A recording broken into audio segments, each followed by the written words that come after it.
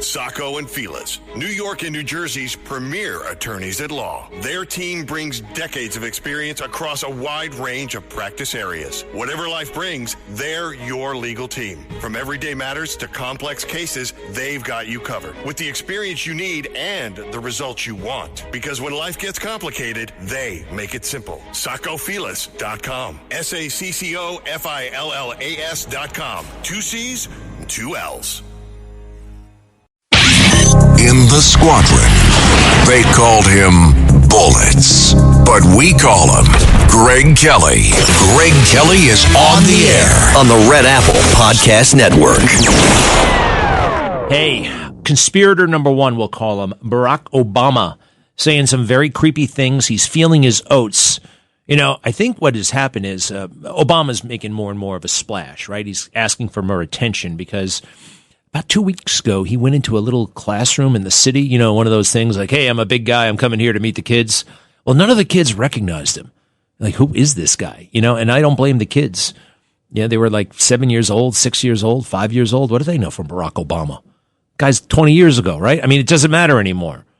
It's like when I was growing up, if Lyndon Johnson came into the classroom, would I have been impressed? I mean, who's that? Who is that? Where are my crayons?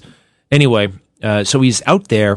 And he wants to make noise. He wants to be relevant. He's gotten bored of making money and flying on those private jets, which, oh, by the way, can be look, it doesn't really matter how you get there. It matters where you're going and what you do when you get there. And this guy has absolutely no talent. And he knows that. He actually knows that. I think he's up to no good. Conspirator number one for sure. The guy tried to run the government during the first Trump administration. Ex-presidents don't stay in America. Shouldn't stay in Washington, D.C., rather.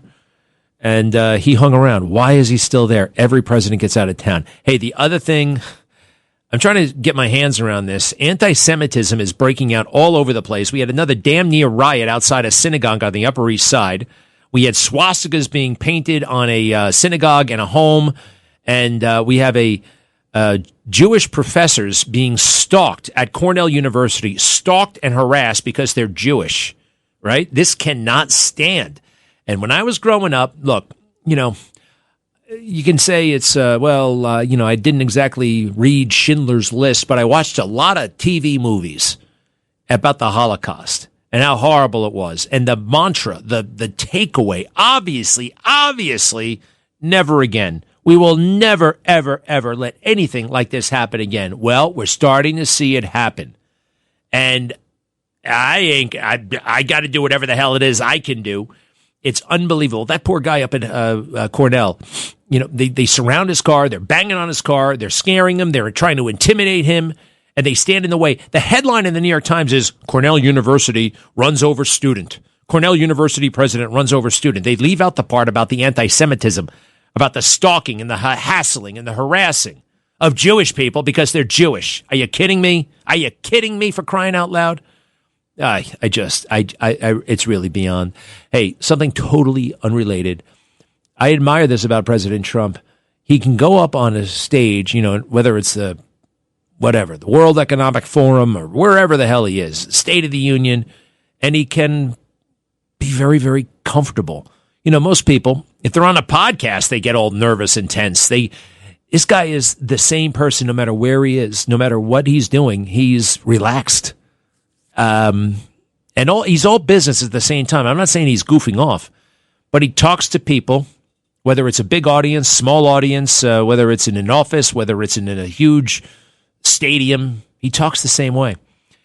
And somebody noticed that, you know, at times it can be so informal, even when he's speaking to these large groups.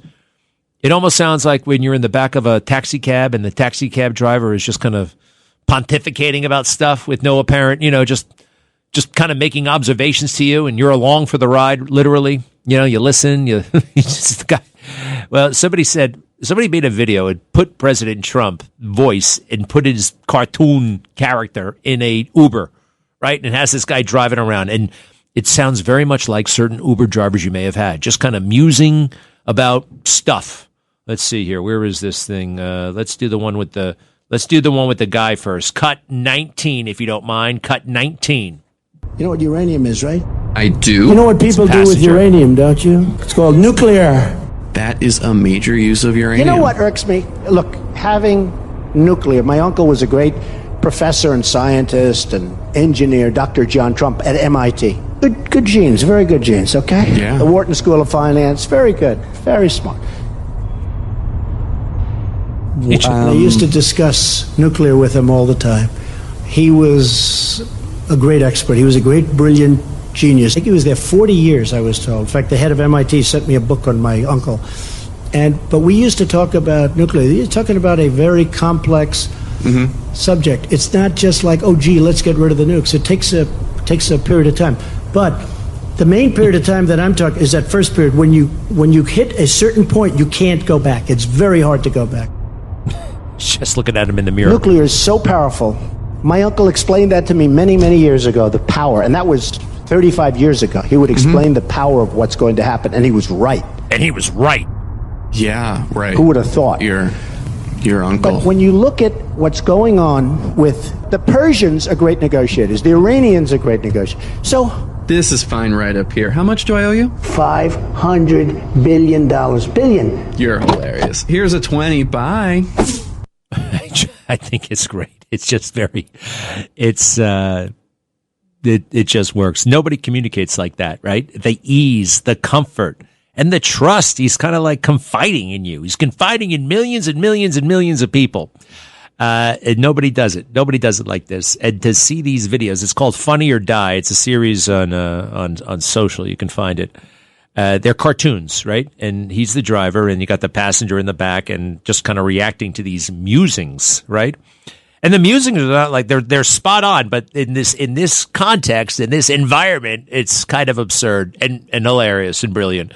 Let me hear one more, okay? A girl gets into the back of Donald Trump's Uber, and this is what happens. This is the conversation. Cut 18. If you have a windmill anywhere near your house, congratulations. Your house just went down 75% in value. Okay. And they say the noise causes cancer. You told me that one, okay? Noise causes cancer? You know, the thing makes it so... And, of course, it's like a graveyard for birds. I don't... If you love birds, you'd never want to walk under a windmill because it's a very sad, sad sight. It's like a cemetery. We put a little statue for the poor birds. Cool. It's true. You know, in California, if you shoot a bald eagle, they put you in jail for 5 years. And yet the windmills wipe them all out. Yeah. They wipe them out.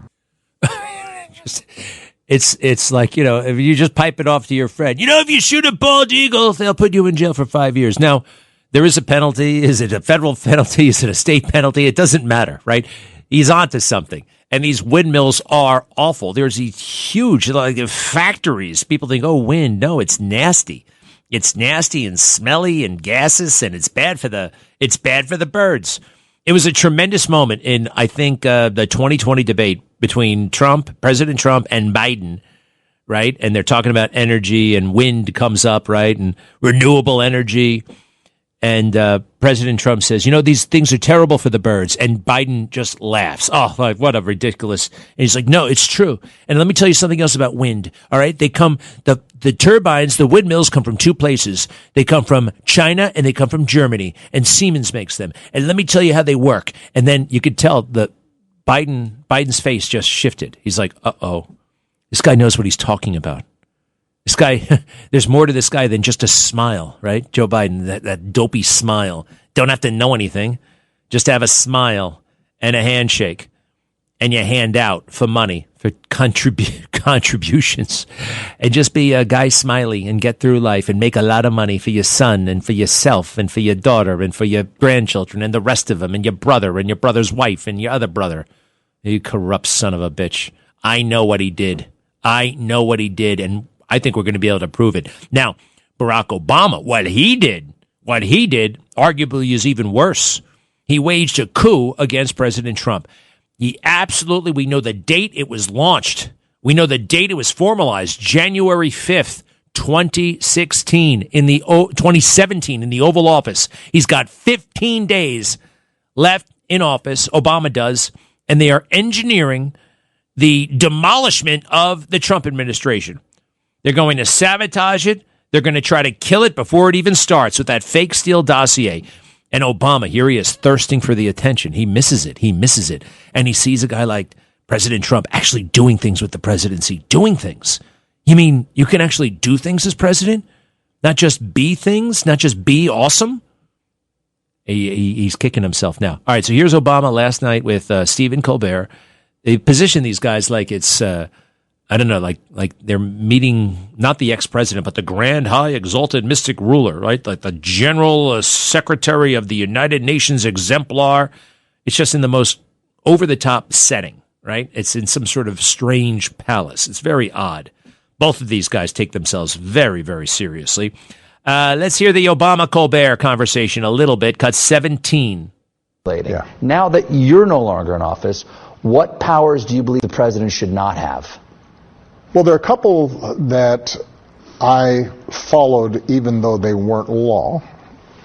And I want us, we're going to have to do some work to return to this basic norm, and we probably now have to codify it. The White House shouldn't be able to direct the Attorney General to go around prosecuting whoever the president wants to prosecute.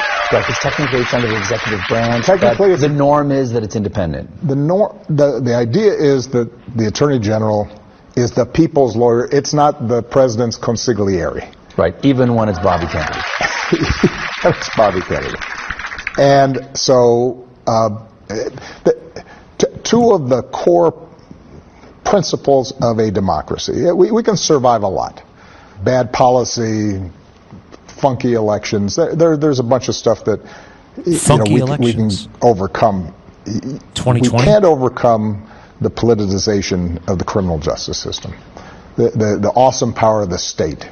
You can't have a situation in which whoever's in charge of the government starts using that to go after their political enemies or reward their friends, right? So another power maybe I'd say would be although this is in the Constitution, it's a little hard to change, but maybe don't pardon people who've given you a bunch of campaign contributions or invested in your business. Now stop for a second. Those idiots in the audience eating it up, right? Woo!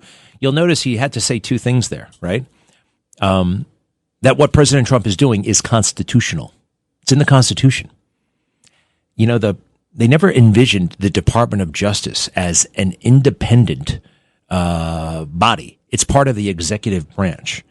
This is a myth. This is a fake thing that prosecutions must be only brought by people with jobs, civil servants.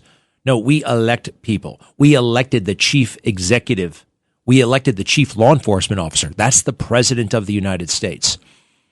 And, you know, if the employees won't bring a case, there's nothing in the Constitution that says the president of the United States can't go to the courthouse himself and file those charges. It's very interesting, actually. It's totally constitutional. Now, they would have been on better ground, actually, morally and maybe even legally, if they were upfront about what they were doing to President Trump, right? Joe Biden could have said out loud, like, you know what? Hey, man, I've heard a lot about this guy, and I don't trust him, and I think we got a problem here. I'm ordering a full investigation. He could have done that. He could have done that. Now, the investigation, as we know, because they investigated everything he's got, everything he is, everybody he ever met, and the only thing the crap that they got him on, he had presidential documents with him. He paid money to his own lawyer. I mean, they were just ludicrous. He called an election bureau, a corrupt election bureau, by the way, in Georgia, and complained about the election results, and they indicted them for conspiracy. See, the cases were bad, but you could constitutionally bring those cases. You can. It's just a fascinating thing. And the people that eat it up, it sounds, and he's not talking about laws. He's talking about norms. Well, you guys blew up the norms when you had that meeting on January 5th of 2017, and you sent your henchmen up to Trump Tower, Clapper, Brennan, Comey, to shake down the president of the United States and take him out. I know it. You know it. Those chumps actually put it in their book thinking that they'd get away with it. Oops, I'm sorry. I'm a little bit late. I'll be right back. Greg Kelly. Let's go, Brandon.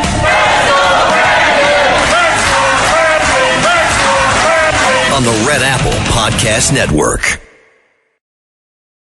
77 WABC and Bergen Newbridge Medical Center honor the life of legendary broadcaster and our friend, Ernie Anastas. Hi, it's Ernie Anastas. You know, your thoughts can affect how you feel. Bergen Newbridge Medical Center is the largest hospital in New Jersey, providing comprehensive, equitable, compassionate, and high-quality emergency inpatient and outpatient medical care, plus mental health services and substance use disorder treatment. The Bergen Newbridge team can address your total health needs in one convenient location. Call 201-225-7130 for an appointment or newbridgehealth.org. Greg Kelly on the Red Apple Podcast Network. What a dangerous job that is, being the president of the United States. You know, they ran the numbers. There is something like a 17.9% chance, if you're president of the United States, that you're going to be shot or killed. Shot and or killed. Yeah, a couple of people have been shot and survived. Reagan, Trump. Other people have been shot and killed. Let's see here. Kennedy, McKinley, Lincoln, and who's the other one? I feel like there's another one. I know there's another one. Wait a second. Lincoln, McKinley, right? Shot and killed. Who else? Kennedy. Now, who's the fourth one? Damn it. Anybody know? McKinley. There had to be another one. I'll get back to you on that. That was JFK actually talking about physical fitness. But JFK and assassinations, I'm fascinated by the assassination. Who else got shot? Do you know? Who else? Who? Oh, Garfield. Who the hell's Garfield? Garfield did? Yeah, James Garfield. Wait a second. McKinley. Who was killed in Buffalo? Who was killed in Buffalo? Garfield? McKinley. Where the hell was Garfield shot? Oh, in the Union Station. Yeah. Why were they angry at him? I don't know. But it was Garfield. Remember, yeah. Well, here we have something about the motive of the shooter the other night at the White House Correspondents' Dinner. The deranged White House Correspondents' Dinner shooting suspect Cole Allen may have been triggered by the Iran war when he stormed the event and allegedly tried to assassinate President Trump and other top administration officials, according to a new Department of Homeland Security intelligence report. But by the way, that's true. So if you add all the guys up who have been shot, it's about a 17% chance, if you're president of the United States, that you're going to be shot and possibly killed in office. And you compare that to any other profession, the most dangerous profession, forest fire, firefighters, climbing out of helicopters, right? I mean, very dangerous. But the death rate is far lower than a president. Same for race car drivers. Same for cops. Very interesting. A preliminary assessment by the department's Office of Intelligence and Analysis dated April 27 stated that Allen had multiple social and political grievances with the Trump administration and concluded that the conflict in Iran may have contributed to his decision to conduct the attack. The report, marked as critical incident note, was first obtained by Reuters and offers the clearest evidence yet on a possible tipping point that led to the heinous attack. The suspect criticized U.S. actions in the war in several social media posts. Prosecutors and court documents have alleged that Allen disagreed with Trump politically and wanted to fight back against government policies and decisions that he found morally objectionable. He sent an anti-Trump email to his family members just moments before the April 25th shooting, in which he called himself the friendly federal assassin and appeared to refer to the president as a traitor. He just listens to cable news, just listens to MSNBC. Allen, 31 years old, a Caltech graduate, is charged with multiple felonies, including attempt to assassinate the president of the United States, assaulting an officer of the United States with a deadly weapon, transportation of a firearm, and discharging a firearm during a crime of violence. He's in a lot of trouble, but the judge is committed to getting him into a nicer prison cell. They think he's been treated too harshly in jail. Apparently more harshly than the January Sixers, and the January Sixers are the ultimate evildoers in the minds of the swamp. Nothing lower than a January 6er. And there was nothing worse than pardoning the January 6ers, according to the Swamp. I think it's one of the most beautiful things I've ever seen, that pardon that he signed on the very first night in office. And a lot of my friends, personal friends now, Enrique Tarrio, out of jail. Love that guy. Not a racist, not a white supremacist. I would have nothing to do with a racist or a white supremacist. And it's just not a thing. It's just not a thing. The Proud Boys are good old boys. All right, they're a little bit politically incorrect. Sure, they drink too much at times, and I don't think that's the best thing in the world. But they're good guys. Leave them alone. Keep your eye on Enrique Tarrio. He may be coming back in a big way. Can we go back, if you don't mind, to the Obama interview, please? All right, I'd like to pick this up. This snob, what is he up to? What is he really getting at here? What is his objective? How many yachts can you water ski behind, Gordon? Go ahead. Restoring some sense of the Justice Department being independent in making judgments about specific cases and prosecutions. I would consult with Eric Holder, with my Attorney General, all the time around broad policy issues. But that's different than who do you charge, what case do you bring. Second thing is the military. Don't politicize our military. As president, you are commander-in-chief. You are responsible for directing our military. But there had been a whole series of norms that were in place to ensure that you weren't trying to make that military loyal to you as opposed to the Constitution and the people of the United States. We're going to have to find mechanisms to restore that. Let me stop and right then, there.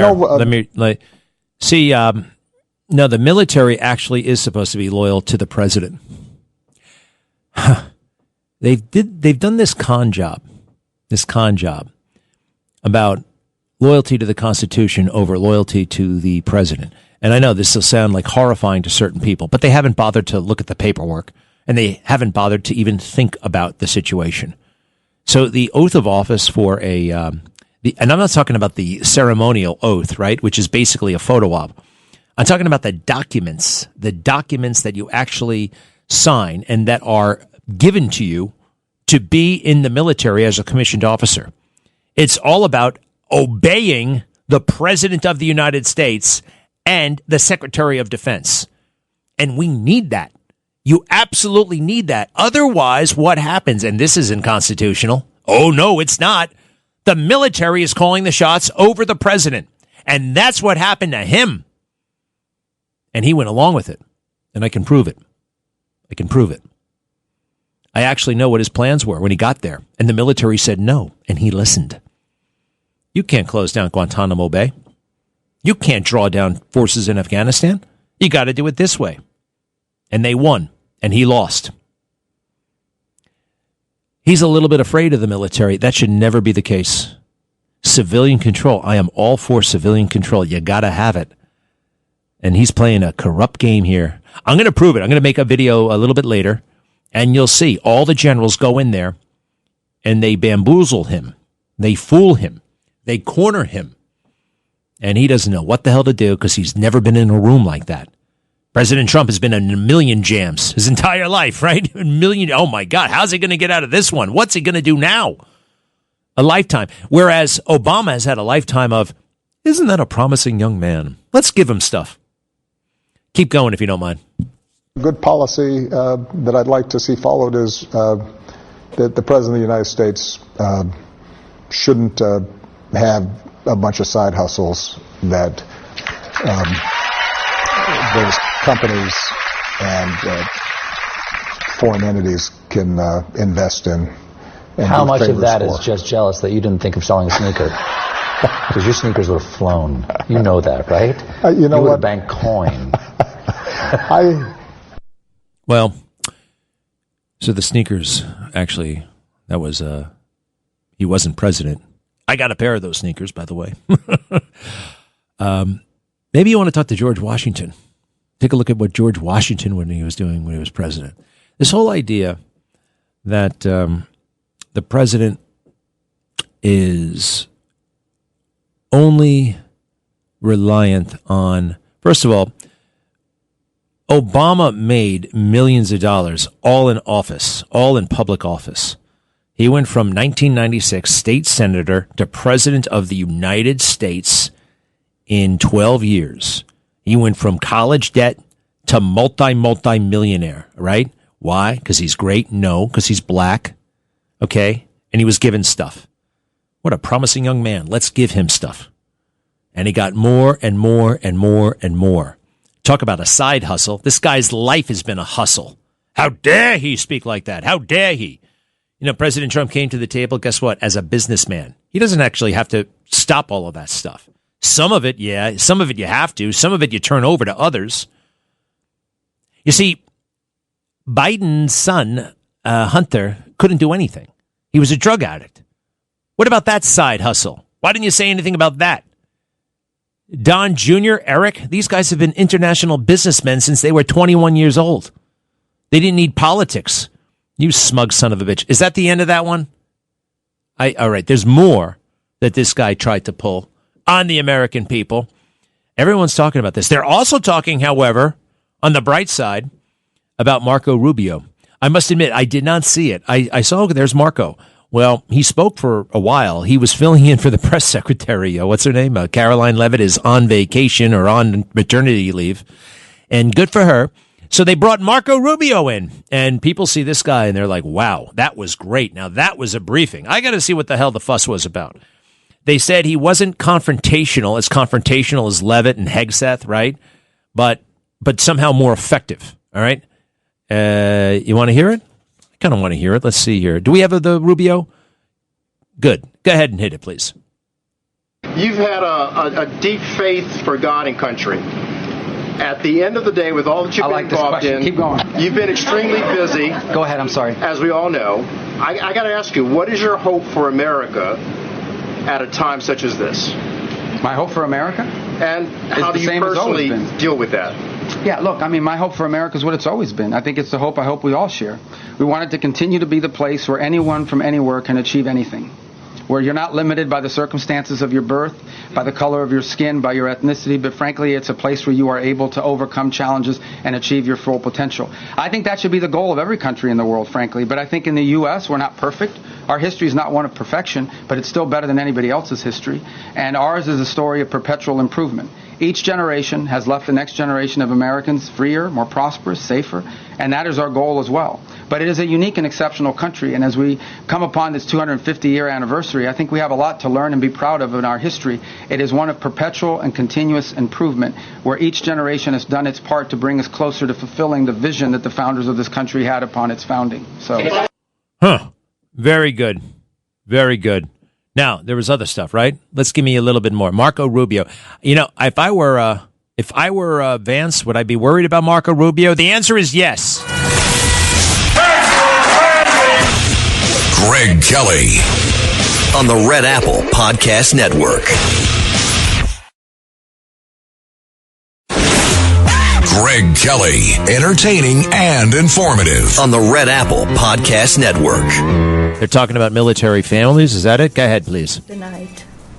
Of course, we must also remember the mothers with a spouse overseas, praying for a safe return so their family can become whole once again. At the very heart of America's strength lies the boundless love and quiet power of mothers. We are the most devoted teachers, gently nurturing empathy, inspiring dreams, and guiding our children towards goodness. We help them rise with courage when life grows difficult. In every hug, every story read at bedtime, and every sacrifice made without complaint, mothers build the moral foundation of our families. In doing so, America's mothers help build the soul of our nation. I pray you find enduring strength as your loved one serves in defense of our freedom. Most know my husband as the strong commander-in-chief, but his empathy transcends the role and shape a caring leader Wait. who constantly remembers each and every American soldier is someone's child. Distinguished guests, please join me with a warm welcome for our President, Donald J. Trump.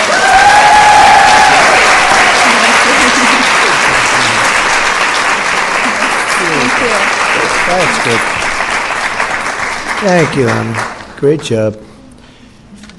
So I want to thank everybody for being here. We have so many things to talk about, but there's nothing more important than military moms that I can tell you, because without you, I don't think it would be in this house. I don't think this house probably ever would have been built a long time ago. So important. I want to start off by saying we're in our great vice presidents right here, and we're in I call it a skirmish, because that's what it is. It's a skirmish. And we're doing unbelievably well, as we did in Venezuela, where it was rapid, over in one day. And we're doing pretty much equally as well, I would say, larger. But we're doing very well in Iran.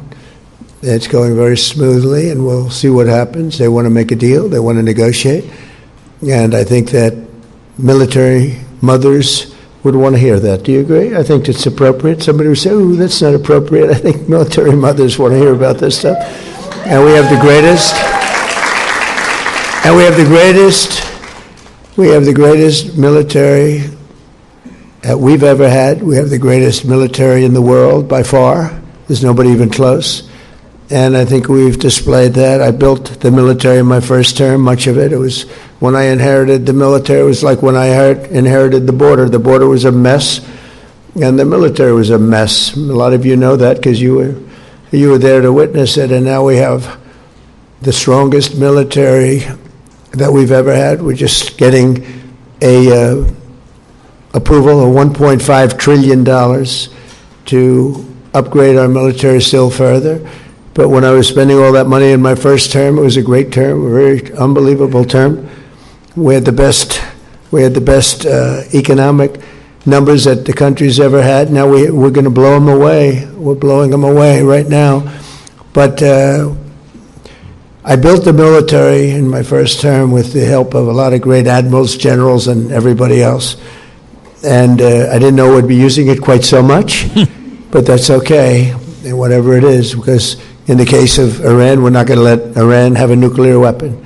And we're not going to let that happen, and we won't let that happen. And so we're dealing with people that want to make a deal very much, and we'll see whether or not they can make a deal that's satisfactory to us. We have it very much under control. The blockade is unbelievable. The Navy's been incredible. The job they did is like a wall of steel. Nobody goes through. In particular, the Iranians, they're not getting anything through one way or the other, so they're out of business. And we'll see whether or not they are agreeing. And if they don't agree, they'll end up agreeing shortly thereafter. So that's the way it is. And I thought you might want to have a little rundown now. The fake news is all happy because they can hear what we had to say. And I have to say, JD's doing a fantastic job. He's working with us, with him and all of the team, Marco, and we have Steve Witkoff, Jared. We have a whole group, the generals, and General Kane has been fantastic. Pete Hegseth, incredible. We have just a great group of people. CIA, John Redcliffe, he's great. I think Mrs. Redcliffe's even here someplace. And are you here, Mrs. Redcliffe? I think somebody said yes. But we have amazing people. We have an amazing military. And I think it's on display. Sometimes you'd rather not have it be on display, but they're there for a purpose. And the greatest military anywhere in the world. And the world is watching us as we do our thing. And we have the respect of the world, which we didn't have 2 years ago. We were a laughingstock all over the world. Now we have the hottest country anywhere in the world in every way. So I just want to congratulate you all because you're a big part of it. And I want to thank you, Melania. Amazing the job you've done. She did a little movie. It became the #1 movie. Now, you know, And I can't exaggerate, because if I did, they would be all over. It wasn't number 1, it was number 2, it was number 5. So I have to be very, very careful with it. And then it went streaming. This is a different world. I didn't even know what they were talking about. They said, and it became number 1 streaming too. So congratulations. That's an amazing achievement. Huh? And most importantly to her, she's done an incredible job as First Lady. And she's an incredible mom. She has a little boy who's quite tall. He's a little boy to us, but he's quite tall, right? Barron. And he's great, Barron. And she takes great care of him. And thank you. Great mom. Today we're honored to welcome to the White House a group of strong and resilient women who represent the best of our country, the amazing military mothers. So important, and we want to thank you all for being here. So many of you I know or recognize, and I want to thank you very much, because there's nothing like the White House, right? Is it the coolest? And by the way, right behind me, see that? You call it a window or a drape. I call it a knockout panel. Because behind that, in fact, if you want to see it, I think we could work it out, but behind that window is a end drape. In fact, the drapes are so nice, I think I'm going to leave them. How am I going to get a nicer something than that? But that's the entrance to the new ballroom that's being built, which everybody likes, especially since last Saturday evening. They like it even more, because it'll have a thing called security. It'll be nice. But right back there is where we're building. So if you hear any pounding noises, the pile drivers are out. It's already up to the first floor, but we're a little bit ahead of schedule, right on budget. But it's going to be something great. It'll be one of the most beautiful buildings of its kind anywhere in the world. And for 150 years, presidents have wanted a room. This is the ballroom right here. And it's too small. We had the king and queen of a lovely country, United Kingdom, and we would have had at least 1,000. Everybody wanted to be here, and we had 112 people. Because this is a lovely room, but it's not big enough. It's got one, and it's been that way for many, many years. So every president's been calling. But I was in a position, being a builder and having built many ballrooms and many other things. I'm good at ballrooms, and we're giving you I believe it's the best. It'll be the best ever built, and it will have windows that are thicker than any ballroom I've ever built. I usually have glass that's about 1/4 of an inch thick.